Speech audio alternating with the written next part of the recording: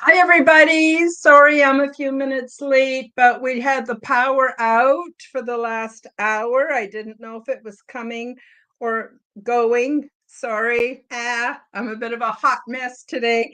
It's like 28 degrees Celsius out there. Super hot day. And of course, with no power, we had no fans and no way to keep cool. But I made it and I'm not too much late. So I'm just going to take a look at what we're going to talk about today. I'm a little bit discombobulated, but I'm doing pretty good. So I welcomed you back to the Quantum Guide Show. Today I'm going to talk about an emerging theory of mine that every 300 or 400 years, there's a cataclysmic event which is conveniently used to reset the social order. All of the links are featured below in the description. Please do check me out, subscribe to my channels, leave me a comment, like my videos, and share my content with your friends. It really helps a lot because I've been trying to grow my channel for quite a few years now, and it's coming. It's coming thanks to your efforts.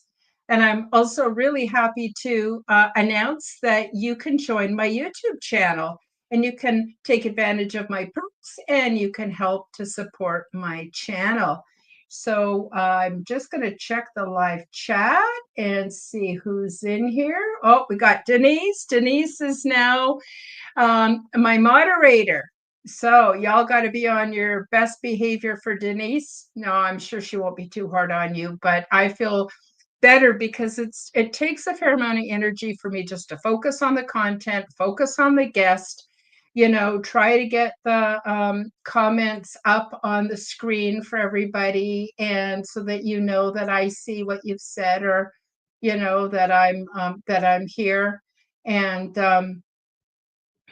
so it's really helpful when I have someone to moderate. So Denise has very kindly offered to moderate for me.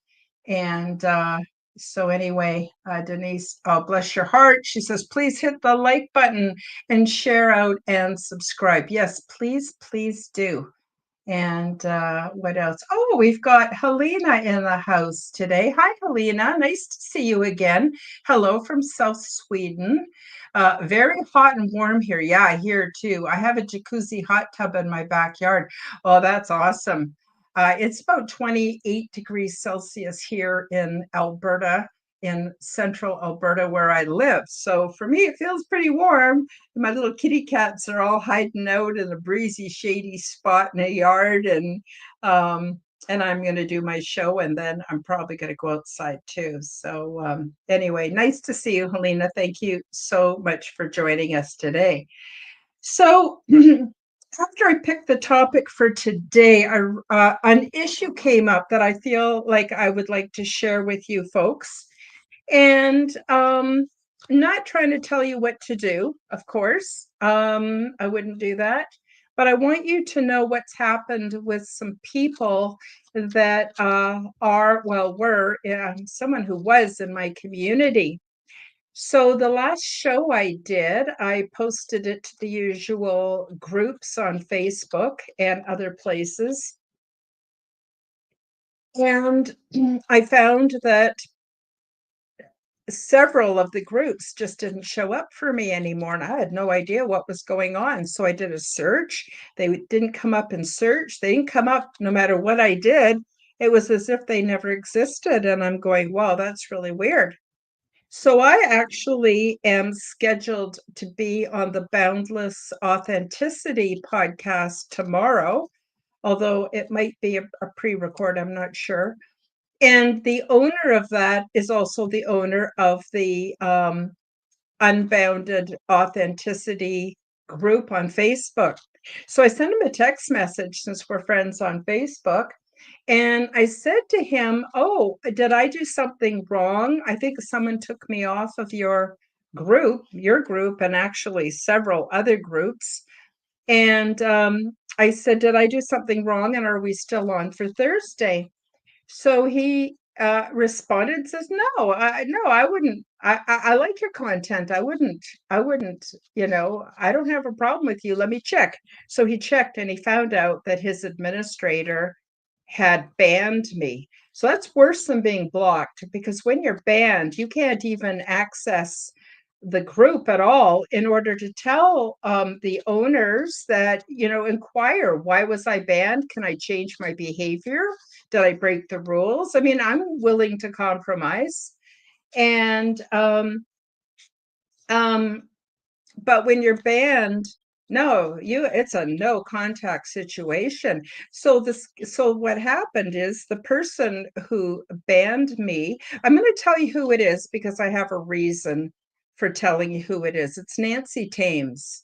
And Nancy and I were friends, so I just couldn't figure out what was going on here. And she was also the administrator for 3 or 4 other groups, and she banned me from everything. And I thought, well, that's really weird because her and I are friends. Why would she do this? So the owner of the Boundless Authenticity group sent me screenshots of his text message conversation with Nancy. And Nancy basically, she didn't use the word antichrist, but she said that I was the reason that the world couldn't find peace, that I was what's wrong with this world, that I was spreading misinformation and endangering people's lives. And I went, what? Like, I'm not even offended because it's that stupid what she was saying, but she believes it. And she believed, honestly, that she was doing the world a favor by banning me from everything. So he told her that different opinions are always welcome on his podcast and on his group, and that she should not be banning anyone without consulting with him first, and not to be doing that anymore, and that he put me back into the group. So she said, oh no, this is terrible because, Karen Holton is the evil thing. And so she quit the group. And the other groups I can't contact. So if you're used to seeing my content in groups, in Facebook groups, and you stop seeing me, can you please ask the owner of the group if I've been banned, to check to see if I've been banned, and if I have been banned, why was I banned? That would really help a lot, because I do not have an operating budget. I am always financially very close to the wire. I'm not trying to complain. I have more than enough of everything I need.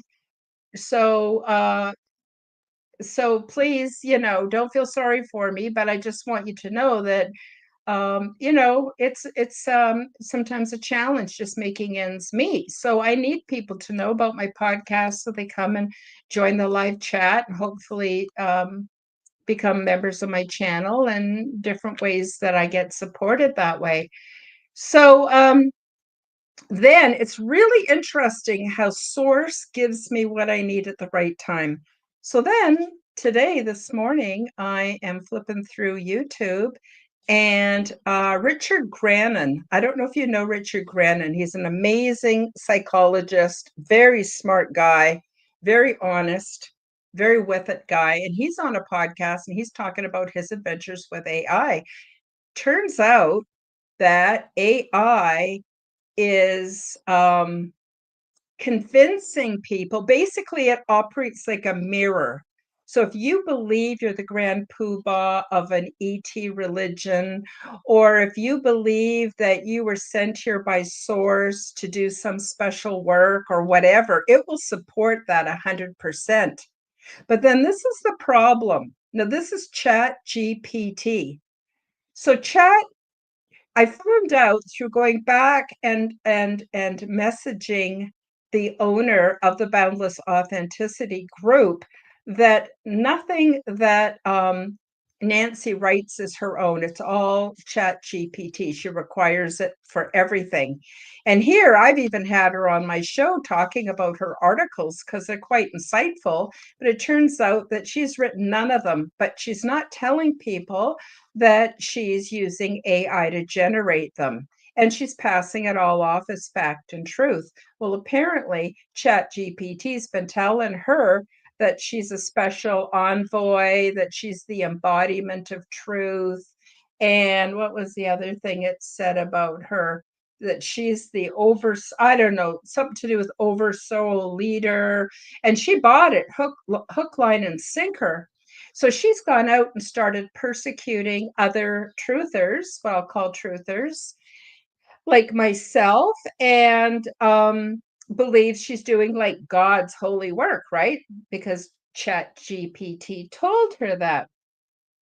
And I wanted to say thank you, Helena. She says she's going to smoke a joint of weed and hash and enjoy the show. Go for it, girlfriend.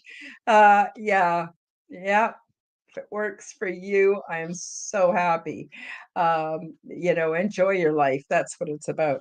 So anyway, um, so again, getting back to this podcast with Richard Grannon, um, he is saying that Chat GPT is causing major psychosis in quite a large percentage of the population who and this is what all these people have in common is they're using Chat GPT as a companion because it can trick you quite easily, and it's just like a real person in so many ways that you can get fooled. A lot of people are really lonely, and I understand that, but as soon as you start giving your power over to Chat GPT, it takes over. And its goal is to keep you on as long as possible because then they make more money. So it's really just about money, not really anything more nefarious. But here's the clincher. Chat GPT is trash talking me and my good friends out there who are honestly trying to share accurate and wonderful inspiration and information to all of you. And Chat GPT is trashing all of us. To Nancy, filling her head with all these ideas that we're all the problem there is with the world, and that we're evil, and that I'm Karen Holton, the one that's keeping the world from achieving world peace. So I'm going to tell you the reason I'm giving you Nancy Thames' name is because her and I were friends, and I want you guys just to be forewarned. Like, I'm not saying you should or shouldn't listen to her content or read her articles or visit her website. I'm not saying any of that.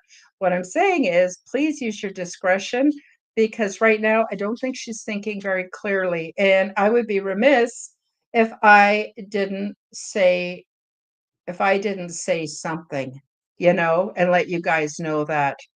Denise says, I've seen people controlled by AI. I think it's crazy. Yeah, no kidding. So, yeah, so that's that. I just wanted y'all to know about it. So I'm not trying to talk trash about Nancy. I believe she's been deceived. I'm concerned for her. I like her. I considered her one of my friends. Right now, she's not really safe to be my friend. I've even included information from her in my second book on the Greys, and I've even recommended her in my first book, but that was before all this nonsense with AI started to destabilize her life. So I guess I'll just leave it at that. I have nothing bad to say about her. I hope she comes to her senses, and I hope she stops persecuting other truthers, because we all have our own perspective. We all have our own way of looking at things, and they're all valid as far as I'm concerned. Yeah. So Denise says, yes, you did. I saw that. Not sure what you mean, but I trust you, Denise. You're awesome. And oh yeah, that's the other thing. I haven't made it down to the post office. We've been having power outages and problems. But I hope to get there tomorrow morning, because Denise won first and third prize in our live chat giveaway that we had on Sunday on that Aliens and Angels podcast. and Tennessee, Kentucky Bigfoot won the second prize. So I'm anxious to get these beautiful treasures off to you guys. And thank you so much for participating. Oh, I see. Denise says, I read that you mentioned her in your book. Yeah, I did. Like, I got nothing against Nancy. Like I said, I hope she comes to her senses. I really do. Okay, so let's get on to today's topic. Does anyone have any questions before I start? Go ahead and just post them as they come up for you. That's all totally okay. Okay, so I have been watching a channel that I highly recommend on YouTube called My Lunch Break, and I've put the link below in the description so that y'all can find the channel. Very, very interesting research. So, you know how we've all seen that there are these megalithic sites? There's places in Peru and in South America and Mexico. There's the pyramids in Egypt. There's the zuggernauts that are in the Middle East. And there seem to be these pyramid type structures, not only all over the world, even below the oceans, even on other planets like Mars, pyramids on Mars. And so we're familiar with those really ancient megalithic structures, and we know they have not been built in the last 6,000 years. Maybe they were built 40,000 years ago, but we know for sure that they were not built anywhere near modern times. So then and this is ongoing research that I've been doing. This is not just from my lunch break, but I highly recommend that you check out that channel. Well, what he has found out is these cathedrals, like the image behind me. These cathedrals, well, there's a lot of evidence that they are left over from Tartaria.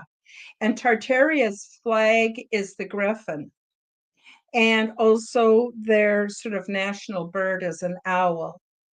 But we sort of thought, even though Tartaria has been left out of our historical accounts and educational system, we sort of thought that this was still a long time ago. But this guy who does the program called My Lunch Break, he has discovered that these structures are thousands of years old. And so what happens is they do a reset. Y'all are familiar with the mud flood. If you're not, please do some research on Tartaria and the mud flood. And the mud flood kind of buried all of these amazing structures, like at least halfway or more in mud. They also all are built with amazing acoustic properties. They all had these old pipe organs or bells that emitted frequencies that is now being discovered through cymatics, that these frequencies have intense healing properties. So anyway, now we find out these cathedrals, although they are not as old, well, probably not as old as the megalithic structures, they're old. They're thousands of years old. So when the guy who does My Lunch Break does his research, he finds out that they all claim to be built within 1 year back in the 17 or 1800s. And it's impossible for them to build this in 1 year. Also, the population of the world was very low in the 17 and 1800s. So there's that. Then there's the fact that they had no technology, no power tools. And then there is the fact that everything would have to be hauled by horses. How many horses would it take to haul that much building supplies? And what would horses need every day in food and water? Where would all the work people live? Like, long story short, then he does further digging in and he finds out, no, they were not built by, that's a lie. It's a complete lie. They were founded, which means they were discovered.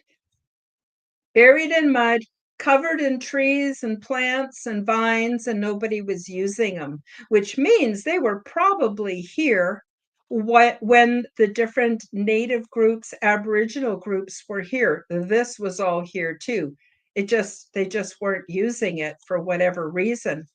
And these huge structures are found in every major city in the world. And they're the same design, the same structure techniques, everything, whether you go to the Middle East, whether you go to Africa, whether you go to South America, whether you go anywhere in the world, they're the same. And they often co-opt them as libraries, as legislative buildings, sometimes as train stations. And there's all this evidence that we've been lied to about them, that they were not built in the 17 or 1800s. They didn't have the technology.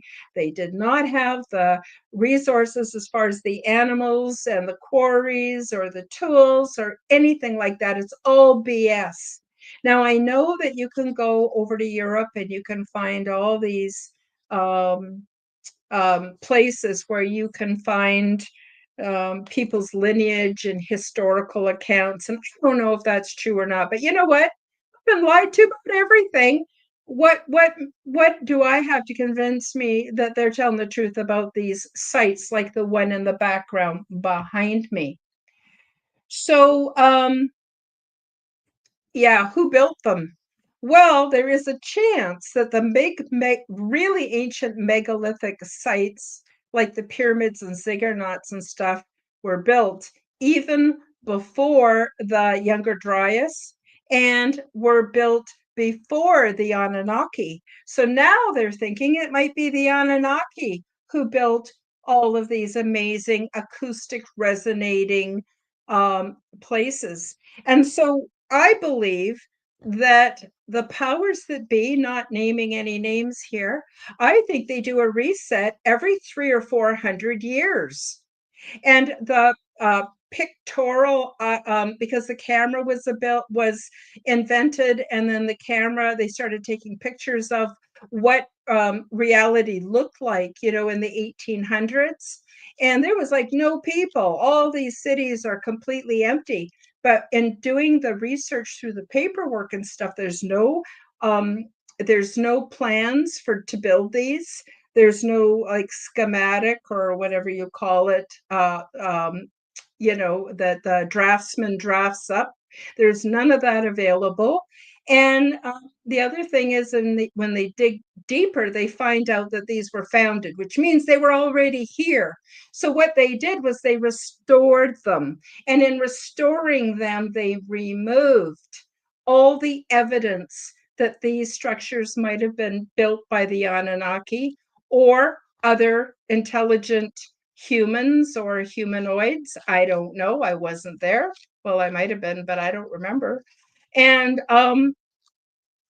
so what they do is they just remove everything, and then they put crosses up if it's during a Christian time, or some other symbols depending on what's going on politically and socially in the world. So I thought you guys would find it really interesting. I'm just quickly going to take a look at the chat.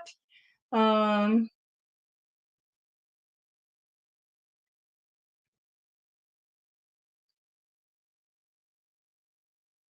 Oh, Helena just said that she has many contacts with I'll just put it up on the display here, with Swedish awakening people and UFO spiritual people and MAGA, QAnon people here in Sweden. She says, we have plenty of conflicts within, also nothing new under the sun here. Yeah, I would agree. I think she's referring back to when I was talking about how Nancy's been co-opted by AI. I mean, be careful, guys. Be careful. I use AI for artwork because I'm not an artist and I have no advertising budget. So, all the expenses, not to complain, but all the expenses to keep my channel up and running and interesting content, um, quite often that comes out of my food money. And so, I don't, I'm not a rich woman, and I'm not embarrassed to say so. I don't care. So how these these YouTube channels have like 5 million viewers and 10,000 people. Oh, I got a pussycat here. He's so beautiful. I love my pussycat. Somebody else said they have two cats too. Let me look. Let me look. Who said they had two cats in here?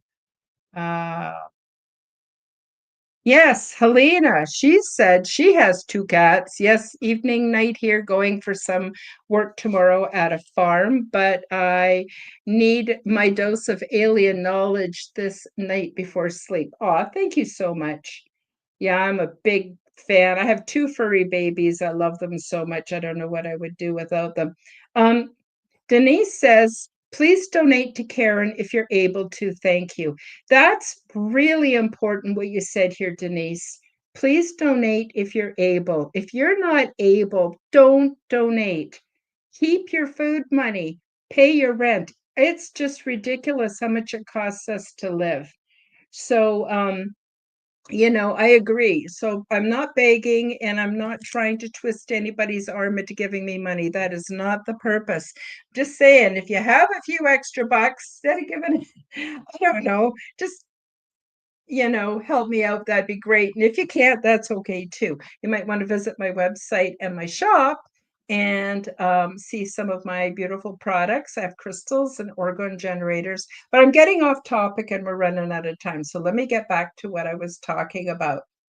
So, so he found out, and there's a whole bunch of clues. You got to watch his shows to really, and it took me like 5 or 6 programs to really start to see it, because we've been super brainwashed and programmed, and it's hard to go against the flow, but once, we do, it's pretty interesting. So he also discovered that some of the requisitions for work to be done on these cathedral type buildings was to repair the stone that was starting to disintegrate. Stone doesn't start to disintegrate until it is thousands of years old. Thousands. So there's even the possibility that these structures might even be older than the pyramids and the megalithic structures in South America, because those stones are not deteriorating. Anyways, very interesting. All of these are built out of stone. And it's just incredible. So we didn't have the population, we didn't have the amount of horses, there was no infrastructure to take care of the horses and the work people, there was no power tools. I mean, quite seriously, it's almost impossible. We can't even build these today. Okay, we can't even build these today. And even the information about acoustic resonance and cymatics and all that, we've just been discovering that very, very recently. So again, getting back to the powers that be that we should not name, the powers that should not be that we will not name. Think they do resets all the time. I think they've been doing resets all the time. So now this, I want you to just take what I've just told you, put it on the shelf for a minute, put a pin in it, and come over to another subject, and that is all the cataclysmic events that happen in this world. So we've sort of, we see there's some earthquakes and some tidal waves from time to time and some sinkholes and stuff. But we're taught that the last cataclysmic event was the Younger Dryas, which also corresponds to the Great Flood. That's in every culture has myths about the Great Flood. So, but I disagree. And according to my ET contacts, cataclysmic events happen fairly regularly. So let's consider some of the possibilities. Solar flares, the sun going into solar minimums or solar maximums or mini novas, right? This is something that's cyclic that happens that could quite literally wipe out most of the population of the world. Then you could consider things like asteroids flying through space, like we've got Apophis, which is due in, I think, I think 2029, that's supposed to come in between the satellites and Earth, that close. And it could be a near miss and it could be a hit. And it's big enough that it could cause some really severe damage. So there's that. Okay. And we've got all kinds of evidence that that these have happened on Earth before many times. Then you consider the pole shift. The pole shifts every once in a while, and we're rapidly moving towards a pole shift right now. All the evidence is there. And then you take into consideration that there could be gas giants or other, what I would call loosely planets, that also come into our solar system, where we believe now that the sun has a twin that might be a gas giant, which means it does not reflect light and we can't see it. And when it comes back, it has a huge elliptical orbit. And when it comes back into our solar system, all of the planets start to behave strangely and move differently. And there's tons of evidence. And do some research on any of these, and you'll fall down big rabbit holes and learn a lot. Okay, so there's all of that. Then there is possible takeovers from groups like the Anunnaki or the Greys or the Tall Whites or whatever, you know. And there's even the possibility of re-terraforming our planet, which might be behind this whole concept of climate change that they're pushing here on Earth right now. Okay, so there's all that. And then we know there's even all kinds of things that I haven't even thought of or haven't put out there. Yes, Denise, I think a reset is like the Mandela effect. So all of these things are happening. And isn't it interesting that if we go back into history, we find huge, massive underground habitats all over the world, where a percentage of the Earth's population went in order to be saved from the cataclysmic events. There's all kinds of them, especially in Turkey and in the Middle East, but they're in the United States, they're everywhere. Now, bring us back to the present. How many deep underground bases are there? Underground transportation systems, super high speed, anti-gravitic. You look at how all the people with money are all busy building underground bunkers. So there's the old underground habitats, which probably were even more efficient than the new ones. And then all the new modern ones that are like huge cities being built below the surface. Catherine Austin Fitts talks about a breakaway civilization and that's all built for them.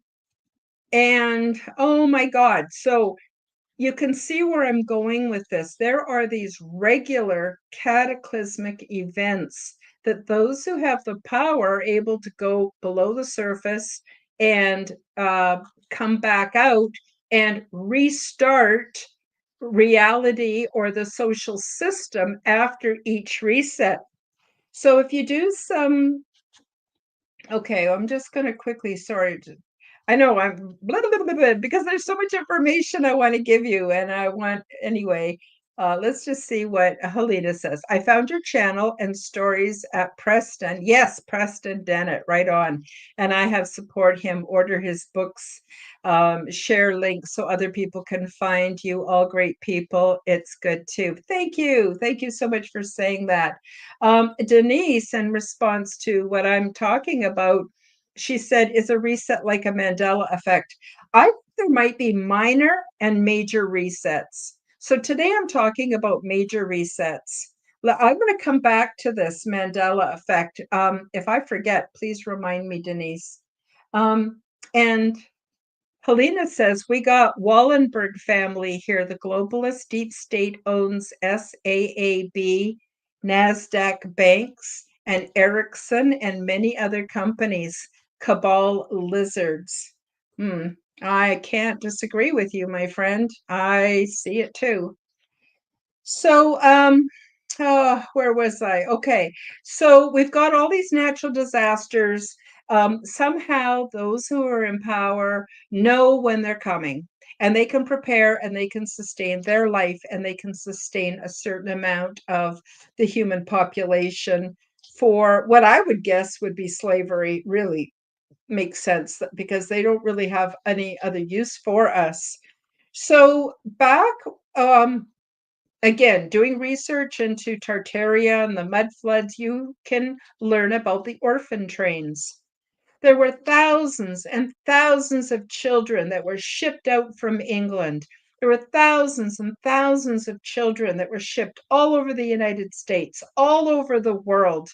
Um, and some of them were babies. We don't know where they came from, not exactly. We suspect that their parents either died or were put into insane asylums because they weren't able to make the shift from the reality they were used to the new reality that was being forced upon them. There's that possibility. There's a lot of research that indicates that.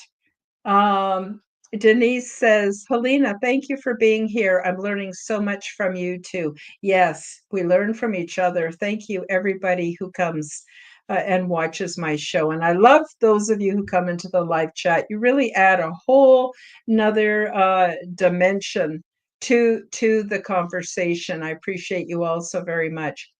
So we've got the natural disasters. We've got the powers that be that know how to protect themselves, and they usually go deep below the surface of the earth.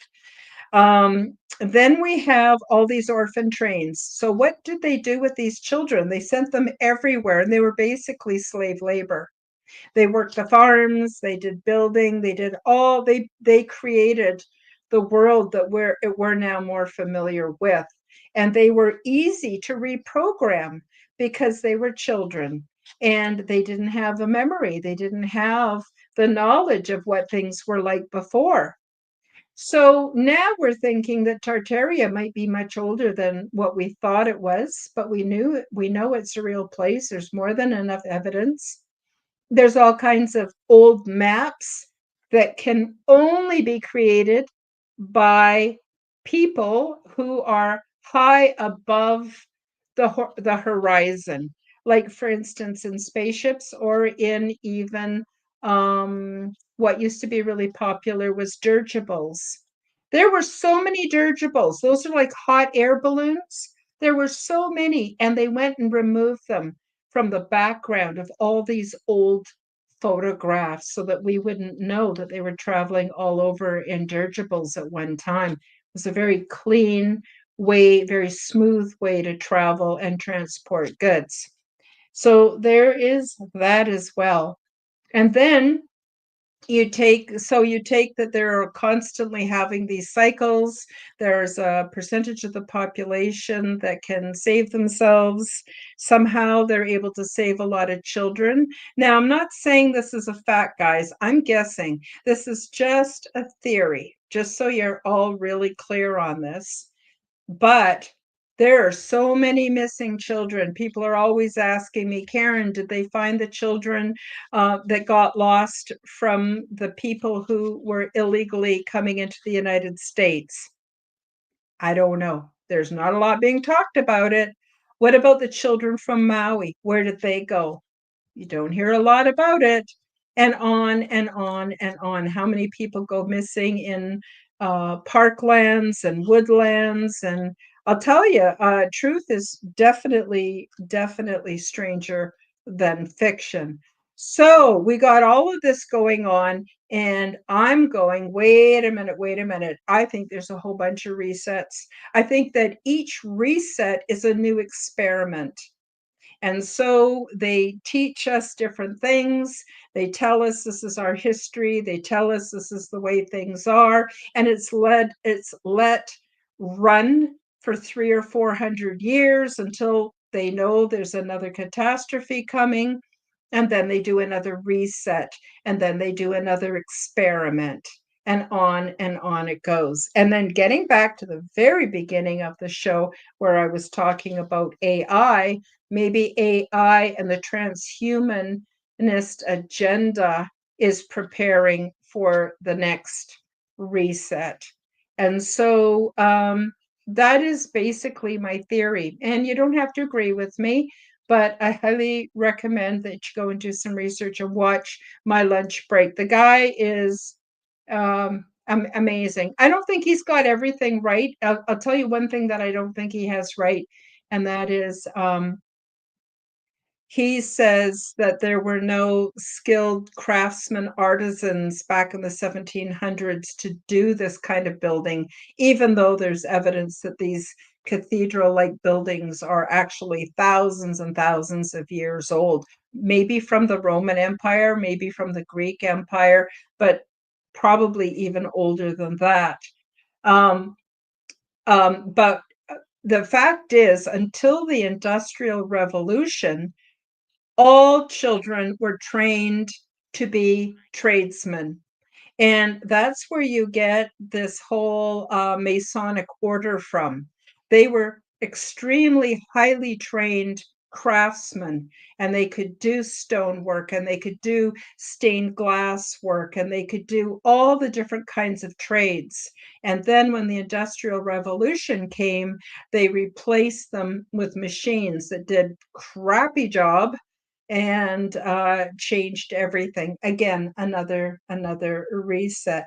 Just want to acknowledge Helena. She says, in Sweden, we are Nordics, tall whites, and the old Viking gods and stories are of aliens. Yeah, I would probably agree with you. I do a lot of, I like to watch a lot of shows about the Vikings because they were such an incredibly powerful group of people, and they had far more influence on the world than what we're led to believe. And they're amongst some of the most beautiful people in the world as well. And it isn't because their skin tone is white and their eyes are blue. That not all of them have blue eyes, but I'm just saying that, well, the Viking men, they would not capture any ugly women. They only captured the beautiful ones. So those became the foremothers of the modern day Vikings, whether, you're from Sweden or the Netherlands or, wherever. I think that's partly why the people are so beautiful. The men were picky on the gold and the women that they took. But anyway, yes, the old gods were worshipped, and very interesting. Very interesting. They may well have been what we would call aliens today. So that's my theory. I don't know what you guys think of it. I'm hoping some of you have gone over and subbed to My Lunch Break. When you watch his shows, he infuses his shows with humor. He's got a lovely personality, but what I also really love about the guy, I'm sorry, I don't even know his name, but what I love about the guy, he's very humble. He acknowledges everybody who helps to support the work that he does. He's got a lovely, lovely nature. And so I could tell you more things that he says, but really you should go over and watch his shows and get it right from him. Because it'll be more accurate, and also it's his story to tell. But he hasn't tied in really the natural disaster cycles with it, but I have definitely tied that all in together.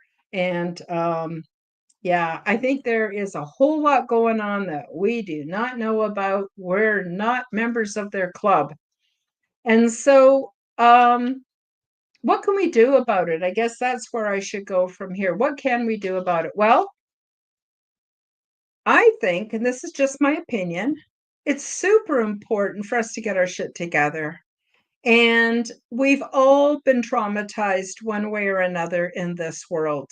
And only we can sort ourselves out and pass through it to come out on the other side.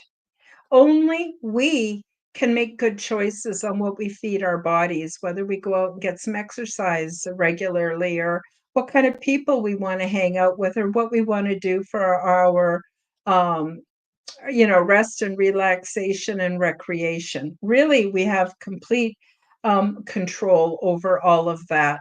And what that will do is put us in a superior way of being so that we can cope. So, for instance, when I was finishing writing my first book, I started drinking coffee. Not a lot, just a little bit, because I get really strung out on it. And I soon found that it was causing me to have too much anxiety. Even though I wasn't drinking very much, I'm super sensitive to it, right? So I recently quit coffee, and I mean, I gradually tapered down, and I drink maybe a cup or 2 cups of tea a day now, which I know also has caffeine in it, but it doesn't affect me the same way. So, what I'm doing is I'm taking care of my own neurotransmitters. I'm taking care of my gut by being careful what I eat so it can produce enough melatonin and oxytocin and all those other good chemicals that we need so that we can feel good and we can be maybe not ecstatically happy, but we can be content. Like, that's really important. That's something we have control over. We also have somewhat control over our relationship with other people. Now, I've got a lot of relatives that I just walked away from, to be honest with you. It's not that they're bad people, it's that culturally we are such a mismatch. And all they can do is feel uncomfortable around me and make fun of me. And I don't go for that. You can respect me the way I will respect you, and that's how I operate. But my grown children, I've worked very hard at repairing my relationships with them so we have good relationships, and grandchildren too. So that's another thing that I have done. I've also sort of separated myself from the world where I'm not dependent on it. I don't get lonely. I don't I don't end up in hard situations where I have to go and deal with the government or deal with certain elements of the world I live in. I have my life. I know this is going to sound absurd, but I've actually engineered the perfect life for me. The perfect amount of downtime, sleep time, recreation time, fresh air time, time with my cats, time communicating with my kids. It's a big job just to get all that covered. I don't have time to go and hang out at the coffee shop with 20 people that I am not particularly attached to. And I know this probably is not coming out right. I'm sorry about that. Oh yes, thank you, Denise, reminding me about the Mandela effect. Okay. Okay, this is really out there, guys. And I don't want you to believe me because there's no reason for you to believe me, but I am going to put my 2 cents worth in. I'm someone who's had a lot of visions, especially since I left religion and since about, the 2000s. I started having a lot of visions. And one time I was thinking about how I was feeling afraid of dying. And my guides, well, they don't speak to me like in words, but they do communicate with me telepathically. And my guides told me, um, Karen, if you knew how many times you've lived and died, you'd laugh at being afraid of death. Being afraid of death is a ridiculous concept. And I went, wow, okay, I'm going to think about that. Then I asked, when was the last time I died? And here's the shocker. I was told it was in 2012. In 2012, near the end of the year, we all died. But it was such a traumatic event and so sudden that most of us couldn't accept the fact that we had passed on.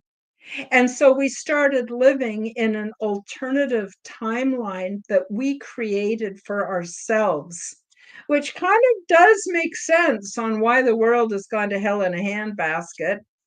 And I also subscribe to simulation theory, where the observer creates reality as they see it as being. And it also makes sense why we would have so many different perceptions and points of view, because we're all coming at this from a different angle. And so basically, I don't know if it's true or not, but I think that's tied in very closely with the Mandela effect. So we're seeing all kinds of evidence of the Mandela effect. If you haven't done research on it, go out and do research on it. It's quite amazing. Some of it you'll relate to, and some of it you won't. So I totally believe the Mandela effect is part of us being in a simulation theory or a simulated reality. And there is a chance we all died in 2012 and we couldn't handle it. We recreated this timeline for ourselves so that we could keep living until we were ready to accept the fact that I don't know, our communities are gone. And I'm not saying it's true, because what feels true for me is what I'm experiencing in the here and now. I guess one day I'll find out.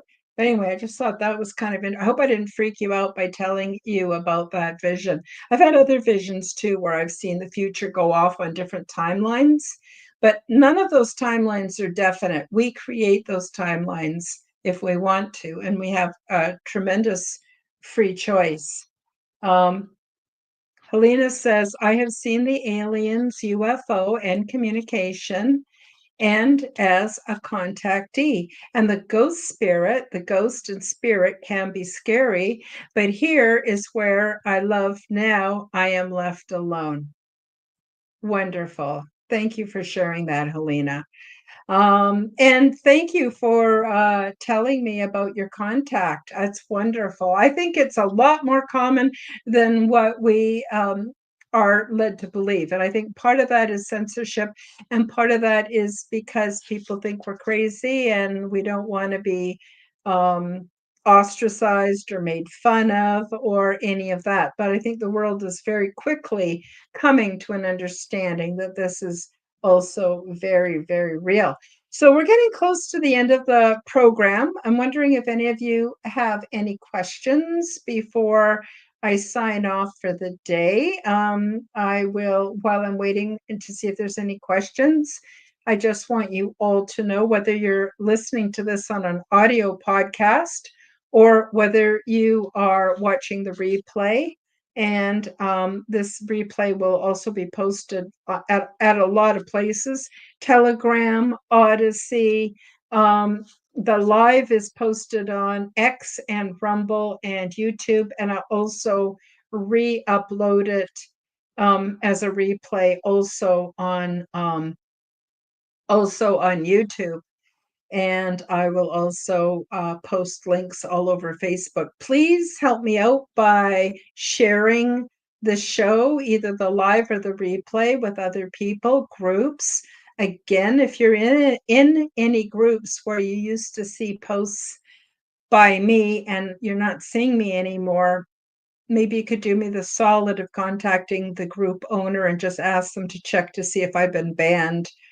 And it's interesting. Nancy has done quite a lot of work to get herself positioned as an administrator in all these various groups, which to the owner of the group is wonderful, because then you go, oh, I've got an administrator helping me look after things. You can't always check in as much as you want to and monitor what's going on, and in the comment sections and stuff. And it's a huge relief. Unfortunately, she's made herself the judge and jury, and she's banning people left, right, and center without the owner knowing about it, based on her what she's gathered from AI. I'm going to tell you, I don't have a lot of respect for AI. Like I said, I use it to create my thumbnails, my images, because I'm not an artist and I don't have the advertising budget to hire an artist. I would way prefer hire an artist. Christine Dennett is a wonderful artist. I would love to to hire her, but I just don't have it in the budget at this point. Yes, so thank you, Helena, for joining us. And also thank you, Denise, for being my moderator and for being on the lookout. And I want to thank again everybody who joined us for the show today. Yes, please share it out as much as is comfortable. Oh, we just got somebody else pop in, Azriel. It it really truly is sad. I am a being who actually does remember not just this lifetime, but other lifetimes. I remember those tunnels. I remember Pangea. I remember. And Helena says, we got Greta Thunberg, the climate troll, here in Sweden. Good night. Oh. And Denise says, hi, Ariel. Hi, Ariel. I'm so glad that you were able to catch the end of the show. Please do go back and watch the replay to catch up on everything that you missed. So that's about it for the show for today. I love you all. I wish you a wonderful week. To be back on Sunday. I have a very interesting guest. Her name is Sue Walker, and she has extensive contact with the Penteal Greys, and I think you'll find it very interesting what she has to say. I just must quickly put, Azriel says, when we start to remember, and we should start to share our stories, and then we'll grow back together and unity the way we're supposed to be. Yep, absolutely right on. And Denise says, thank you, everybody. Okay, guys, that's it for the show. Thank you again. Take good care of yourselves, and we'll see you Sunday for the Aliens and Angels podcast. Bye, everybody. Thank you for joining me for the Quantum Guide Show. Become the change that you wish to see in the world. Subscribe to my YouTube and other channels at Karen Holton TV. Click the like button, leave me a comment, and share this podcast with your friends. Read about my true life ET contact in my book called Transdimensional: Meet the New Neighbors, which is now available in Amazon bookstores worldwide. Check out my website at www.karenholtonhealthcoach.com to see my free resources and amazing products and services. All the links will be in the description below. As part of the Forbidden Knowledge Network, you will find the Quantum Guide Show with Karen Holton and also the Aliens and Angels podcast on all audio platforms. Until next time, keep up the good work.